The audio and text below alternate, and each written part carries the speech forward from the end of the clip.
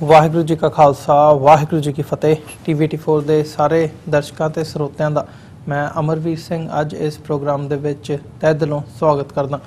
Viewer जिथे ਅਸੀਂ ਪਿਛਲੇ ਦਿਨਾਂ ਦੇ ਵਿੱਚ ਦੇਖਿਆ 1984 ਦੇ ਘੱਲੂਘਾਰੇ ਨਾਲ ਸੰਬੰਧਿਤ ਦੁਨੀਆ ਭਰ ਦੇ ਵਿੱਚ ਜਿੱਥੇ ਸੈਮੀਨਾਰ ਹੋਏ ਨੇ, ਸਮਾਗਮ ਹੋਏ ਨੇ, ਇਸ ਘੱਲੂਘਾਰੇ ਦੇ ਸ਼ਹੀਦਾਂ ਨੂੰ ਯਾਦ ਕਰਦਿਆਂ ਤੇ ਕਮੈਮੋਰੇਟ ਕਰਦਿਆਂ ਉਹਨਾਂ ਨੂੰ ਉੱਥੇ ਹੀ ਅਸੀਂ ਜਦੋਂ ਇੰਟਰਨੈਸ਼ਨਲੀ ਦੇਖਦੇ ਹਾਂ ਤਾਂ ਪਿਛਲੇ ਦਿਨਾਂ ਦੇ ਵਿੱਚ ਇਜ਼ਰਾਈਲ ਦੀ 1984 ਦੇ ਘੱਲੂਘਾਰੇ ਦੇ ਵਿੱਚ ਭਾਰਤ ਸਰਕਾਰ ਦੇ ਨਾਲ ਸ਼ਾਮਲ ਹੋਣ ਦੀ ਗੱਲ, ਉਹਨਾਂ ਦੇ ਨਾਲ ਜਾਂ ਇਸ ਪਲੈਨਿੰਗ ਦੇ ਵਿੱਚ ਸ਼ਾਮਲ ਹੋਣ ਦੀ ਜਿਹੜੀ ਗੱਲ ਹੈਗੀ ਹੈ ਉਹ ਵੀ ਸਾਡੇ ਸਾਹਮਣੇ ਆਈ ਸੀ।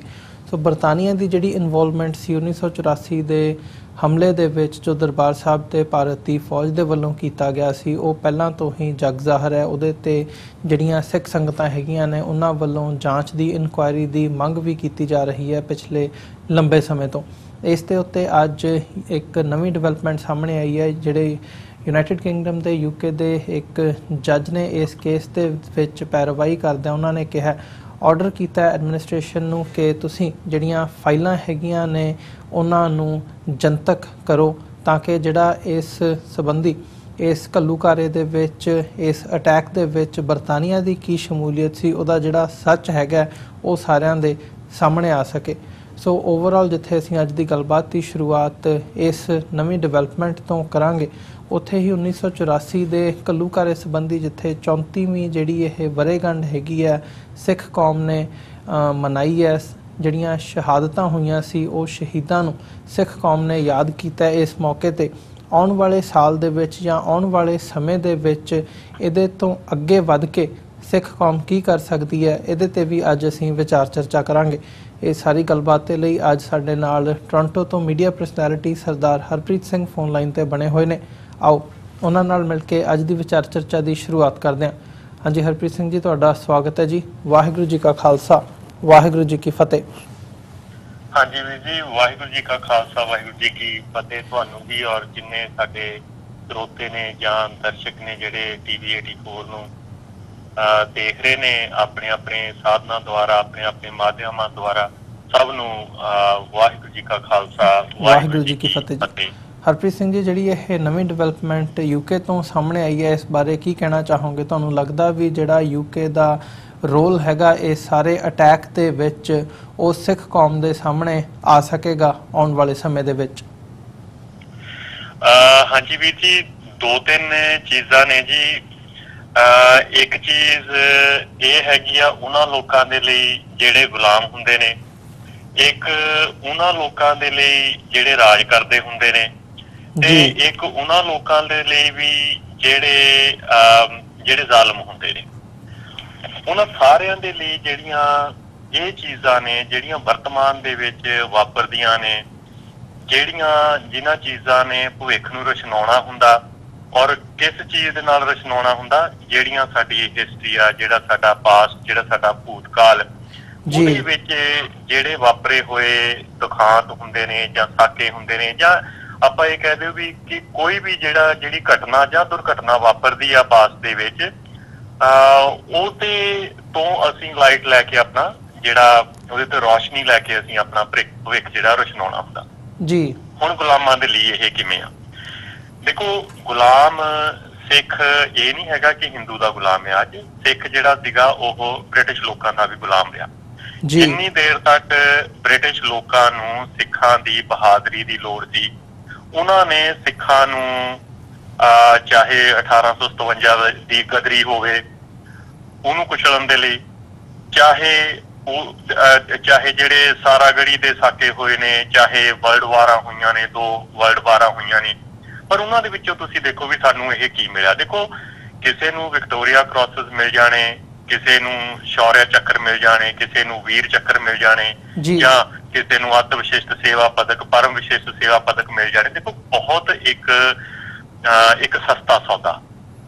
ਵਿਕਟੋਰੀਆ ਕ੍ਰੋਸ ਜਿਹੜੇ ਕਿੰਨੇ ਕੁ ਦੇ ਹੋਊਗੇ ਉਸ ਸਮੇਂ ਦੇ ਹਿਸਾਬ ਨਾਲ ਮੇਬੀ 2-2 4-4 5-5 ਰੁਪਏ ਦੇ ਹੋਣਗੇ। ਤੇ ਅੱਜ ਜੇ ਅਸੀਂ ਇਹ ਲਾਉਨੇ ਆ ਜਿਹੜੇ ਮੈਡਲ ਗਲਾਂ 'ਚ ਪਾਉਂਦੇ ਨੇ ਸਾਡੇ ਫੌਜੀਆਂ ਦੇ, ਜਿਹੜੇ ਵਿਚਾਰੇ ਮਰ ਜਾਂਦੇ ਨੇ, ਜਿਹੜੇ ਸ਼ਹੀਦ ਹੋ ਜਾਂਦੇ ਨੇ, ਉਹਨਾਂ ਦੇ ਗਲਾਂ 'ਚ ਪਾਉਂਦੇ ਨੇ 2-2 400 ਰੁਪਏ ਦੇ ਉਹ ਮੈਡਲ ਹੁੰਦੇ ਹੋਣੇ ਨੇ। ਕਿੱਡੀ ਯਾਨੀ ਕਿ ਕਿੱਡੀ ਸਸਤੀ ਜਿਹੜੀ ਹੈਗੀ ਆ ਤੁਹਾਡੀ ਜਾਨ, ਤੁਹਾਡੀ ਸ਼ਹਾਦਤ ਕਿੰਨੀ ਸਸਤੀ ਹੁੰਦੀ ਆ, ਪਰ ਉਹ ਕਿਸ ਤਰ੍ਹਾਂ ਦੇ ਨਾਲ ਮੁੱਲ ਉਤਾਰਦੇ ਨੇ ਜੀ। ਦੇਖੋ ਜਦੋਂ ਵਰਲਡ ਵਾਰ ਪਹਿਲਾ ਖਤਮ ਹੁੰਦਾ ਤੇ 11 ਨਵੰਬਰ ਨੂੰ ਵਰਲਡ ਵਾਰ ਖਤਮ ਹੁੰਦਾ 1918 ਨੂੰ, ਤੇ 13 ਅਪ੍ਰੈਲ ਨੂੰ ਸਾਨੂੰ ਉਹਦਾ ਜਿਹੜਾ ਹੈਗਾ ਉਹ ਅੱਗਿਓਂ ਇਨਾਮ ਦੇ ਦਿੰਦੇ ਨੇ। 13 ਅਪ੍ਰੈਲ 1919 ਨੂੰ ਸਾਕਾ ਹੋ ਜਾਂਦਾ 5-6 ਮਹੀਨਿਆਂ ਬਾਅਦ, ਠੀਕ ਆ।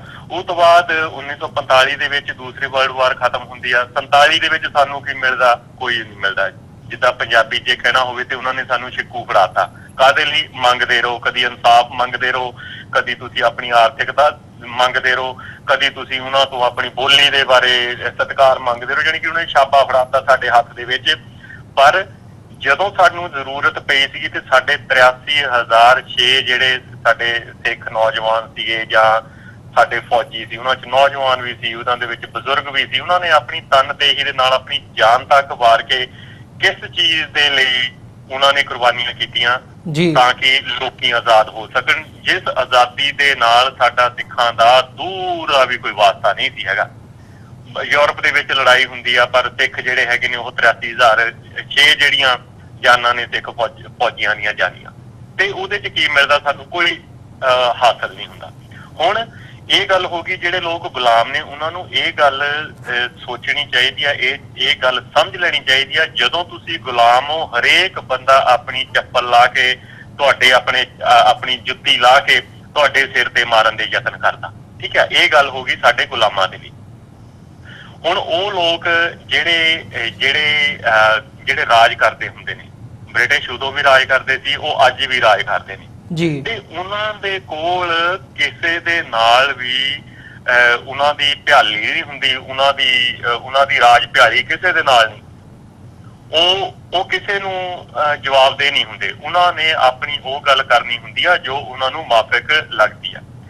ਅੱਜ ਤੋਂ 3 ਦਹਾਕੇ ਪਹਿਲਾਂ, 4 ਦਹਾਕੇ ਪਹਿਲਾਂ ਉਹਨਾਂ ਨੇ ਕੀ ਕੀਤਾ? ਉਹਨਾਂ ਨੇ ਜੋ ਵੀ ਕੀਤਾ, ਜੋ ਵੀ ਉਹਨਾਂ ਦੇ ਡਾਕੂਮੈਂਟ ਸੀਗੇ, ਜੋ ਵੀ ਉਹਨਾਂ ਦੀਆਂ ਸਾਜ਼ਿਸ਼ਾਂ ਸੀਗੀਆਂ, ਜੋ ਵੀ ਉਹਨਾਂ ਨੇ ਕਾਰੇ ਕੀਤੇ ਜਾਂ ਕਰਵਾਏ ਜਾਂ ਜਿਹਦੇ ਵਿੱਚ ਉਹਨਾਂ ਦਾ ਹੱਥ ਸੀ, ਦੇਖੋ ਉਹਨਾਂ ਦਾ ਉਦੋਂ ਹੱਥ ਸੀ, ਉਹਨਾਂ ਨੇ ਉਦੋਂ ਉਹ ਗੱਲ ਲੁਕੋਈ ਆ ਤੇ ਅੱਜ ਉਹਨਾਂ ਨੇ ਇਸ ਚੀਜ਼ ਦੇ ਸੰਦਰਭ ਦੇ ਵਿੱਚ ਸਾਡੇ ਸਾਹਮਣੇ ਲਿਆ ਕੇ ਪੇਸ਼ ਕਰ ਦਿੱਤੀ ਆ ਵੀ ਲਓ ਜੀ 30 ਸਾਲਾਂ ਦੇ ਬਾਅਦ ਜਿੰਨੀਆਂ ਵੀ ਜਿਹੜੇ ਕਲਾਸੀਫਾਈਡ ਡਾਕੂਮੈਂਟਸ ਨੇ ਉਹਨੂੰ ਡੀਕਲਾਸੀਫਾਈ ਕਰ ਦਿਓ, ਕੋਈ ਹੱਲ ਨਹੀਂ।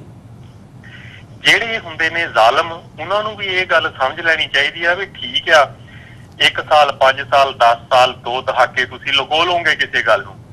ਬਲੈਕ ਆਊਟ ਤੁਸੀਂ ਉਦੋਂ ਵੀ ਕੀਤਾ ਸੀ, ਬਲੈਕ ਆਊਟ ਤੁਸੀਂ ਅੱਜ ਵੀ ਕਰ ਰਹੇ ਹੋ, ਅੱਜ ਤੁਸੀਂ ਪ੍ਰਭਾਵਿਤ ਵੀ ਕਰ ਰਹੇ ਹੋ ਬਹੁਤ ਸਾਰੀਆਂ ਖਬਰਾਂ ਨੂੰ। ਪਰ ਅਲਟੀਮੇਟਲੀ ਕੀ ਹੋਇਆ? ਇੱਕ ਨਿੱਕੀ ਜਿਹੀ ਗੱਲ ਦੇ ਨਾਲ ਸਾਰੀ ਦੀ ਸਾਰੀ ਤਾਣਾ ਬਾਣਾ ਜਿਹੜਾ ਹੈਗਾ ਉਹ ਖਿਲਰ ਗਿਆ।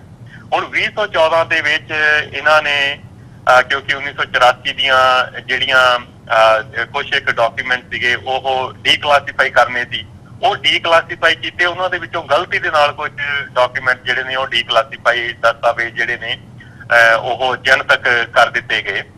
ਨੈਸ਼ਨਲ ਆਰਕਾਈਵਜ਼ ਨੂੰ ਉਹਨਾਂ ਨੇ ਭੇਜ ਦਿਆ ਔਰ ਉਸ ਨੈਸ਼ਨਲ ਆਰਕਾਈਵਜ਼ ਦੇ ਵਿੱਚੋਂ ਜਿਹੜੀਆਂ ਆਪਣੀਆਂ ਸਿੱਖ ਸੰਸਥਾਵਾਂ ਨੇ ਉਹਨਾਂ ਦੇ ਹੱਥਾਂ ਦੇ ਵਿੱਚ ਕੁਝ ਇੱਕ ਡਾਕੂਮੈਂਟ ਆਏ ਜਿਹਦੇ ਵਿੱਚ ਇਹ ਬੜਾ ਕਲੀਅਰਲੀ ਦੱਸਿਆ ਗਿਆ ਸੀ ਕਿ ਭਾਈ 1984 ਦੇ ਵਿੱਚ ਮਾਰਗਰਟ ਥੈਚਰ ਜਿਹੜੀ ਸੀਗੀ ਉਦੋਂ ਦੀ ਪ੍ਰਧਾਨ ਮੰਤਰੀ ਸੀਗੀ ਇੰਗਲੈਂਡ ਦੀ, ਤੇ ਉਹਨੇ ਇੰਦਰਾ ਦੇ ਨਾਲ ਮਿਲ ਕੇ ਜਾਂ ਉਹਨੂੰ ਸਲਾਹਾਂ ਦਿੱਤੀਆਂ ਔਰ ਉਹ ਸਲਾਹਾਂ ਜਿਹੜੀਆਂ ਹੈਗੀਆਂ ਉਹ 1983 ਤੋਂ ਸ਼ੁਰੂ ਹੋ ਰਹੀਆਂ ਨੇ।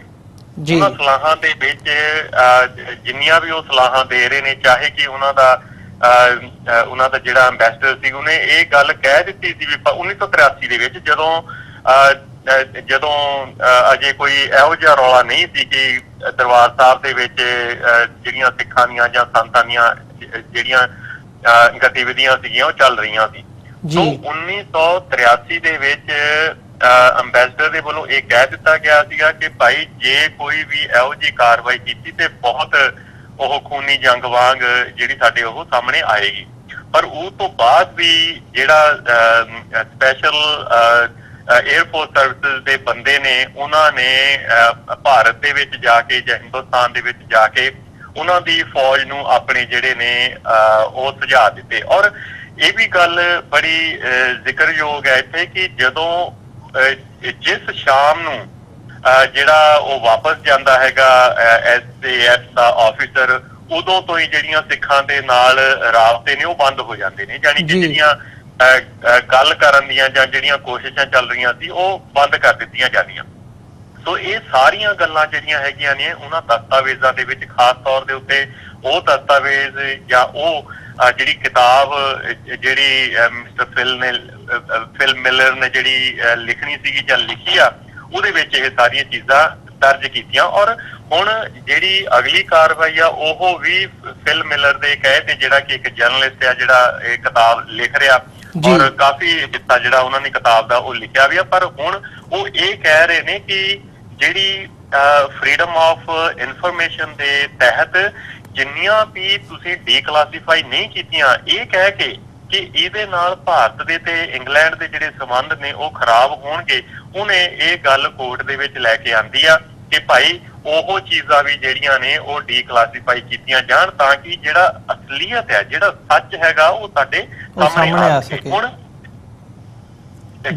ਹੁਣ ਜਿਹੜਾ ਹੁਣ ਜਦੋਂ ਇਸ ਸਾਰੀ ਦੀ ਸਾਰੀ ਪ੍ਰੋਸੈਸ ਦੇ ਵਿੱਚ, ਕਿਉਂਕਿ ਜਿਹੜੀ ਇੰਗਲੈਂਡ ਦੀ ਜੁਡੀਸ਼ਰੀ ਆ ਉਹ ਅਨਫੋਰਚੂਨੇਟਲੀ ਇਹ ਕਹਿ ਲਓ ਕਿ ਭਾਰਤ ਵਰਗੀ ਜਿਹੜੀ ਵਿਕਾਊ, ਭਾਰਤ ਵਰਗੇ ਮੈਂ ਹਮੇਸ਼ਾ ਇਹ ਕਹਿੰਦਾ ਹੁੰਦਾ ਕਿ ਭਾਰਤ ਦੀ ਜਿਹੜੀ ਜੁਡੀਸ਼ਰੀ ਆ, ਭਾਰਤ ਦਾ ਜਿਹੜਾ ਅਦਾਲਤੀ ਢਾਂਚਾ ਤਾਣਾ ਬਾਣਾ, ਉਹ ਤਵਾਇਫ ਦੇ ਕੋਠੇ ਵਰਗਾ, ਮਤਲਬ ਕਿ ਇੰਨਾ ਘਟੀਆ ਕਿਸਮ ਦਾ ਉਹਨਾਂ ਦਾ ਵਰਤਾਰਾ, ਇੰਨਾ ਘਟੀਆ ਕਿਸਮ ਦੇ ਉਹਨਾਂ ਦਾ ਇਨਸਾਫ ਨੂੰ ਅੰਜਾਮ ਦੇਣ ਦੇ ਤਰੀਕੇ ਨੇ, ਉਹਨਾਂ ਦੀਆਂ ਬੜੀਆਂ ਇੱਕ ਪੱਖੀ ਸੋਚਾਂ ਨੇ, ਉਹ ਸੋਚਾਂ ਜਿਹੜੀਆਂ ਆਪਣੇ ਮਾਲਕਾਂ ਦੇ ਪ੍ਰਤੀ ਹਮੇਸ਼ਾ ਝਾੜੂ ਬਰਦਾਰੀ ਕਰਦੀਆਂ ਰਹਿੰਦੀਆਂ ਨੇ। ਸੋ ਵਧੀਆ ਗੱਲ ਇੱਥੇ ਇਹ ਹੋ ਗਈ ਕਿ ਸ਼ੁਕਰ ਹੈ ਕਿ ਇਹ ਕੇਸ ਜਿਹੜਾ ਸੀਗਾ ਉਹ ਚੱਲ ਰਿਹਾ ਆ ਆਪਣਾ ਇੰਗਲੈਂਡ ਦੀਆਂ ਅਦਾਲਤਾਂ ਦੇ ਵਿੱਚ, ਔਰ ਇੰਗਲੈਂਡ ਦੀ ਅਦਾਲਤ ਦੇ ਜਿਹੜੇ ਜੱਜ ਨੇ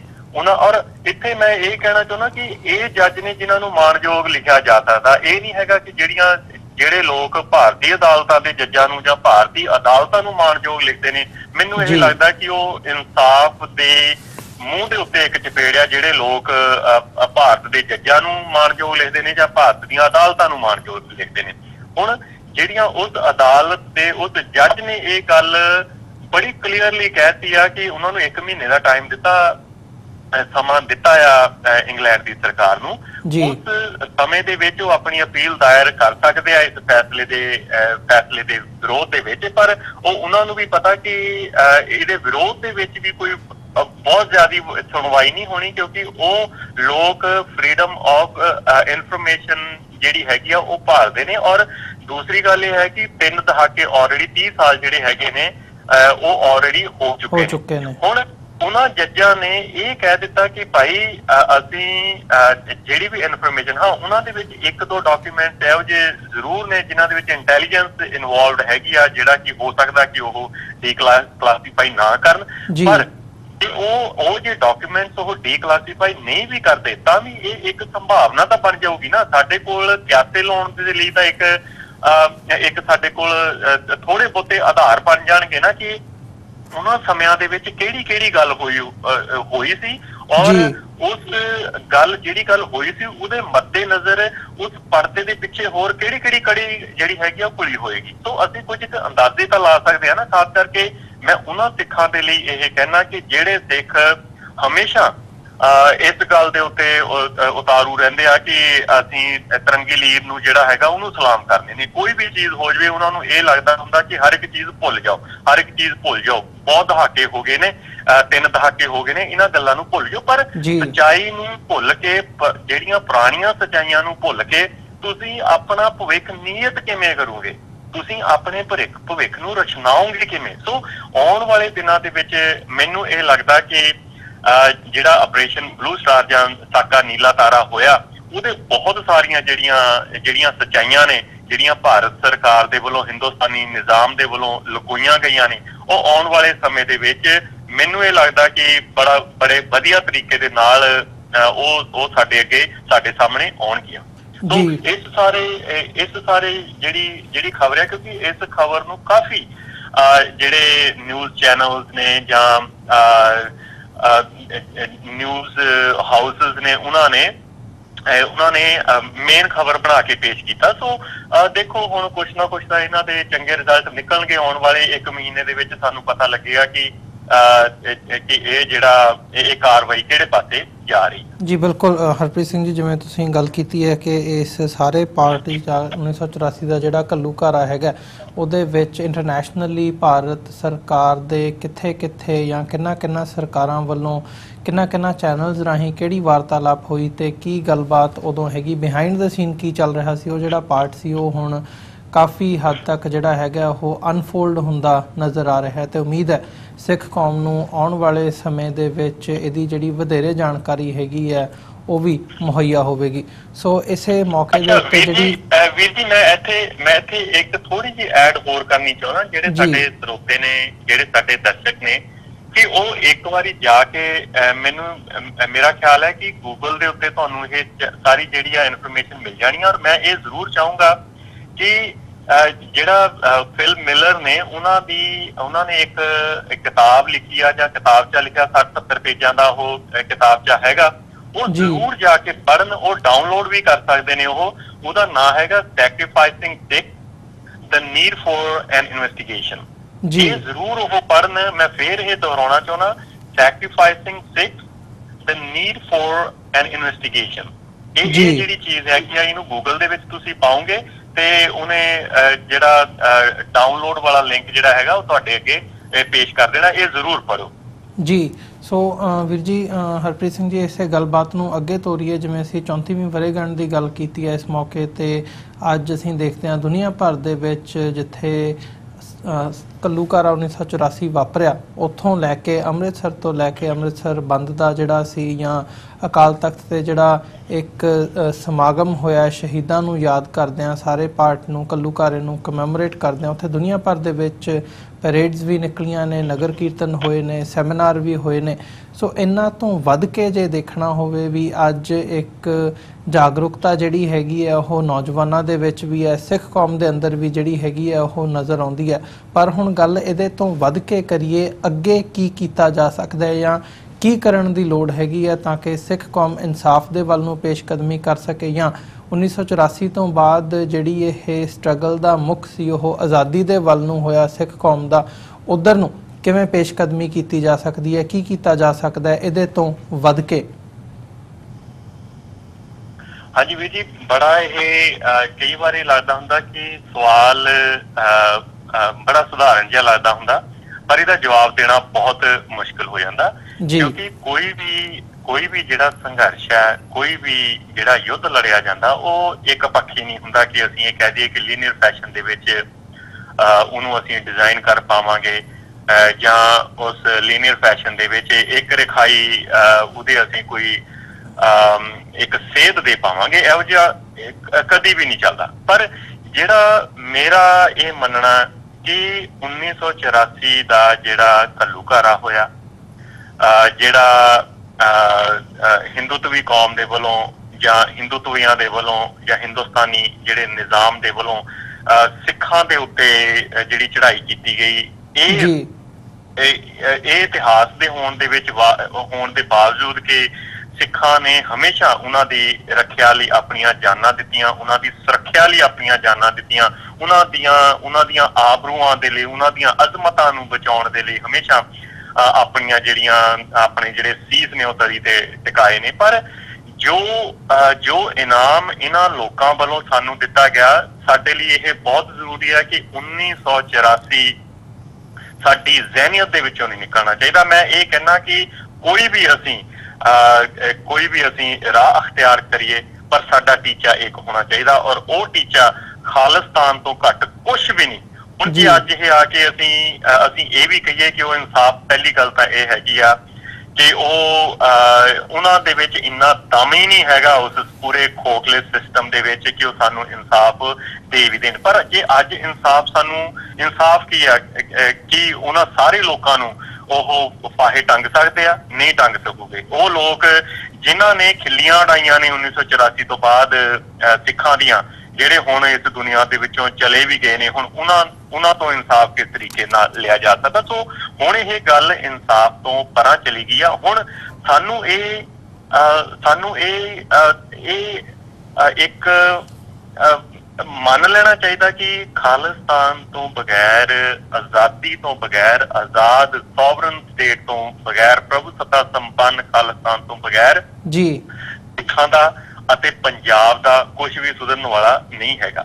ਹੁਣ 1984 ਤੁਸੀਂ ਇਹ ਕਹਿ ਰਹੇ ਹੋ ਕਿ ਕਿਸ ਤਰੀਕੇ ਨਾਲ ਸੇਧ ਦੀਏ। ਪਹਿਲੀ ਗੱਲ ਮੈਂ ਇਹ ਕਹਿਣਾ ਚਾਹੁੰਦਾ ਕਿ ਇੱਕ ਮਨ ਦੇ ਵਿੱਚ ਇਹ ਗੰਢ ਬੰਨ ਲਓ, ਖਾਸ ਕਰਕੇ ਉਹ ਲੋਕ ਚਾਹੇ ਜਿੰਨੇ ਵੀ ਪ੍ਰਚਾਰਕ ਆਉਂਦੇ ਨੇ, ਚਾਹੇ ਜਿੰਨਾ ਵੀ ਪ੍ਰਚਾਰ ਕਰਦੇ ਨੇ, ਜਿਹੜਾ ਪ੍ਰਚਾਰਕ 1984 ਨੂੰ ਬੁਨਿਆਦ ਮੰਨ ਕੇ ਸਾਨੂੰ ਇਹ ਟੀਚਾ ਨਹੀਂ ਦੇ ਕੇ ਜਾਂਦਾ ਕਿ ਖਾਲਿਸਤਾਨ ਹੀ ਸਾਡੇ ਲਈ ਰਾਹ ਇੱਕ ਬਾਕੀ ਬਚਿਆ, ਮੈਨੂੰ ਨਹੀਂ ਲੱਗਦਾ ਕਿ ਉਹ ਕਿਸੇ ਵੀ ਤਰੀਕੇ ਦੇ ਨਾਲ ਪ੍ਰਚਾਰਕ ਕਹਾਉਣ ਦੇ ਲਾਇਕ ਵੀ ਹੈ ਜਾਂ ਉਹਨੂੰ ਕਿਸੇ ਵੀ ਤਰੀਕੇ ਦੇ ਨਾਲ ਪ੍ਰਚਾਰਕ ਮੰਨਿਆ ਵੀ ਜਾ ਸਕਦਾ। ਇਹ ਇੱਕ ਗੱਲ ਹੈ। ਪਰ ਜਿਹੜੇ ਲੋਕ ਸਾਡੇ ਆਮ ਨੇ, ਹੁਣ ਕਿਸੇ ਦਾ ਘਰ ਢਾਤਾ ਜਾਵੇ, ਉਹਦੇ ਲਈ ਪ੍ਰਚਾਰ ਕਰਨ ਦੀ ਲੋੜ ਨਹੀਂ ਹੈਗੀ ਕਿ ਤੈਨੂੰ ਉਹ ਦੱਸਿਆ ਜਾਵੇ ਸਾਨੂੰ ਕਿ ਉਹ ਫਲਾਣੇ ਬੰਦੇ ਨੇ ਤੁਹਾਡਾ ਘਰ ਢਾਤਾ। ਸਾਨੂੰ ਦਿਖਿਆ, ਸਾਡੀ ਕੌਮ ਨੂੰ ਦਿਖਿਆ ਉਸ ਸਮੇਂ ਦੇ ਵਿੱਚ ਕਿ ਸਾਡਾ ਘਰ ਜਿਹੜਾ ਹੈਗਾ ਉਹ ਢਾਇਆ ਗਿਆ, ਸਾਡੇ ਘਰ ਦੇ ਉੱਤੇ ਹਮਲਾ ਕੀਤਾ ਗਿਆ, ਸਾਡੇ ਪਰਿਵਾਰ ਜਿਹੜੇ ਨੇ, ਪਰਿਵਾਰਾਂ ਦੇ ਪਰਿਵਾਰ ਜਿਹੜੇ ਕਤਲ ਕਰ ਦਿੱਤੇ ਗਏ, ਸਾਡੀਆਂ ਆਬਰੂਆਂ ਜਿਹੜੀਆਂ ਹੈਗੀਆਂ ਉਹਨਾਂ ਨੂੰ ਸੜਕਾਂ ਦੇ ਉੱਤੇ ਜਿਹੜਾ ਲੁੱਟਿਆ ਗਿਆ, ਸਾਡੀਆਂ ਬੋਟੀਆਂ ਜਿਹੜੀਆਂ ਨੇ ਉਹ ਸੜਕਾਂ ਦੇ ਉੱਤੇ ਖਿਲਾਰੀਆਂ ਗਈਆਂ। ਇਸ ਗੱਲ ਦੇ ਲਈ ਸਾਨੂੰ ਹੁਣ ਕੋਈ ਇਹੋ ਜਿਹੀ ਸੇਧ ਨਹੀਂ ਚਾਹੀਦੀ ਕਿ ਕੋਈ ਸਾਨੂੰ ਇਹ ਆ ਕੇ ਦੱਸੇ ਕਿ ਸਾਨੂੰ ਕੀ ਚਾਹੀਦਾ।